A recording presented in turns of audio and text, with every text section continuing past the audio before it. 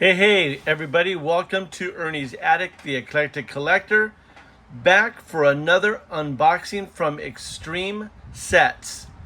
So this will be a diorama used for the Curse of the Golden Skull challenge from Jeff Shears over at Skunkworks Studios. So stay tuned.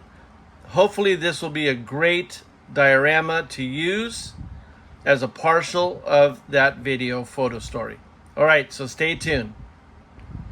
Okay, so welcome back. So as always, I have my trusty coffee. I'm gonna take a sip. Nice and hot. Just a quick note, I did pick up these 1/6 scale chairs over at the Dollar Tree for $1.25. These are going to be painted and also used as part of the headquarters diorama to go along with the Cotswold mid-century chairs that they have up for sale right now. So let me get this thing out of the box and take a quick look at the pieces.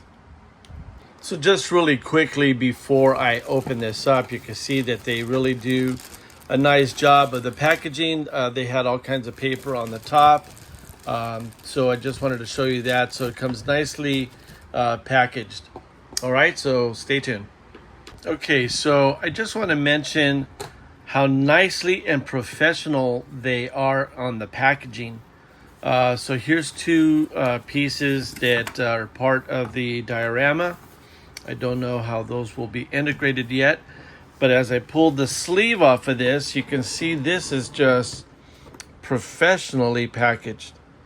It is done really well.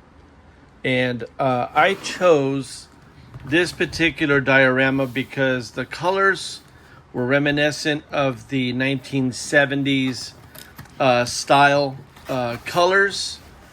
And so that's what I chose. Now, these are technically not 1/6 scaled, to be technically correct on that. But they do it so that it is 12-inch figure friendly.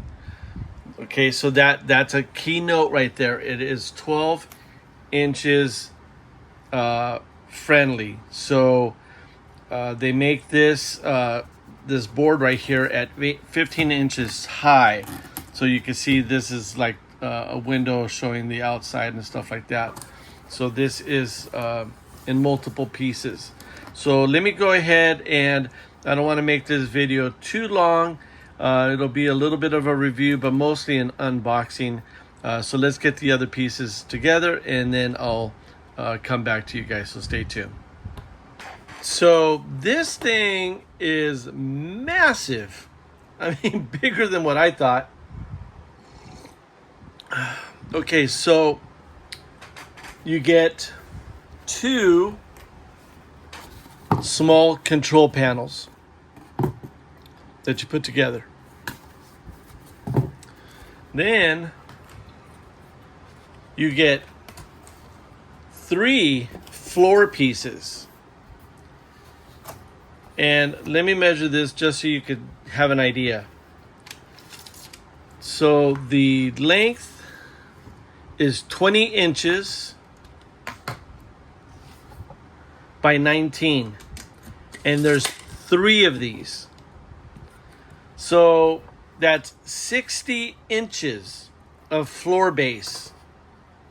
Yes, gentlemen, that is 5 feet of a floor.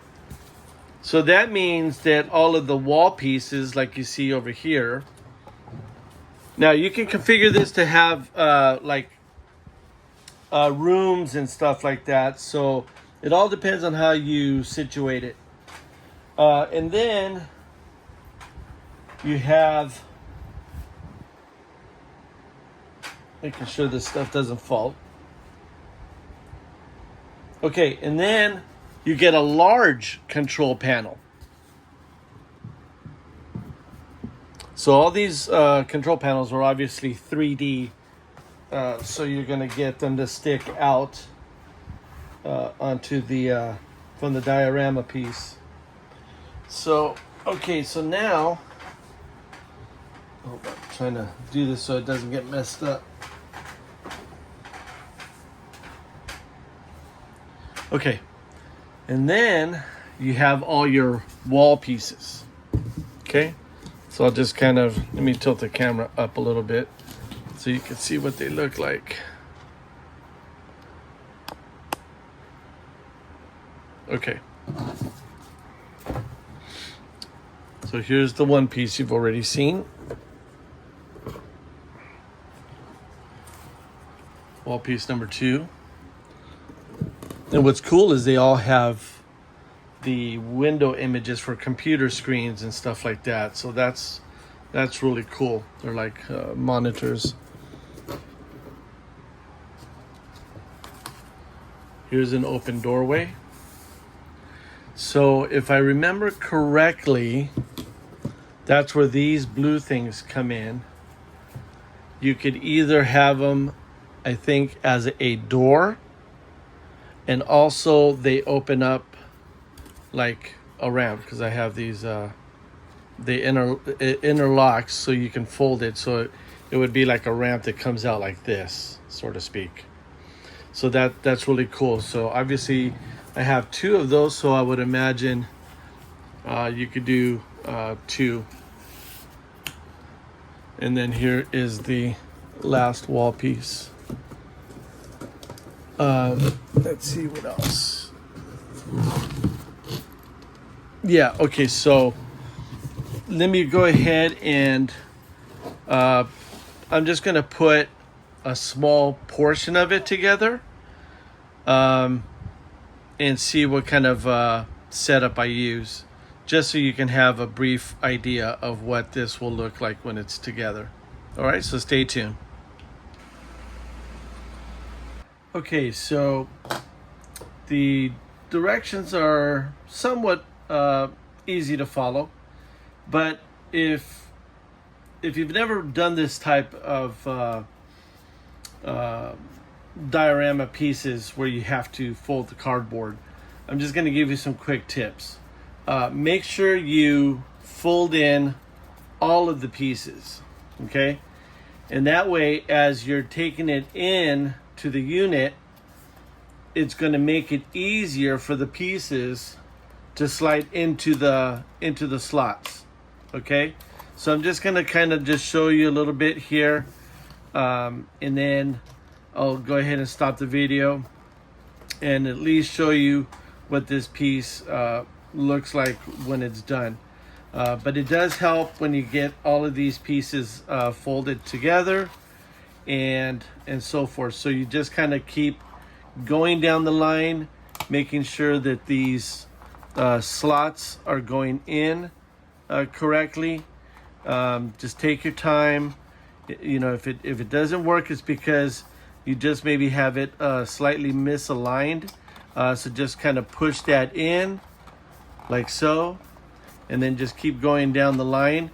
And then once you get it all together, is when you can do all your final little touch-ups and stuff like that.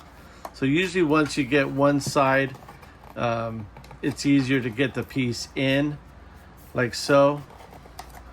So you guys kind of get the picture here. But I'll go ahead and get this finished up here just so you could see. So the trick is to kind of put pressure forward on this piece right here, and then get the pieces aligned, and then just kind of carefully keep working it into the holes like so.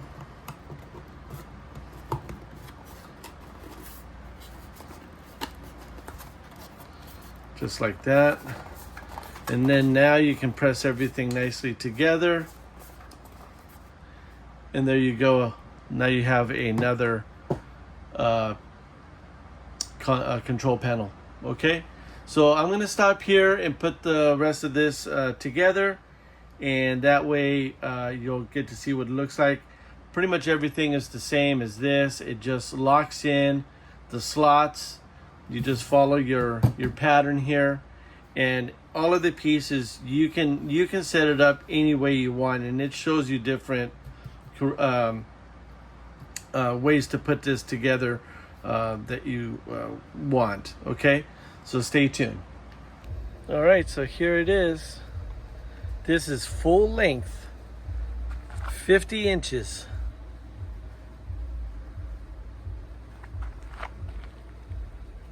I'm sorry, 60 inches.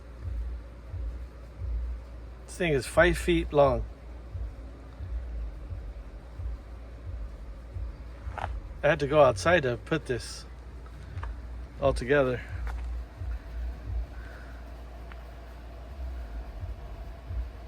All right, guys. Hope you like it.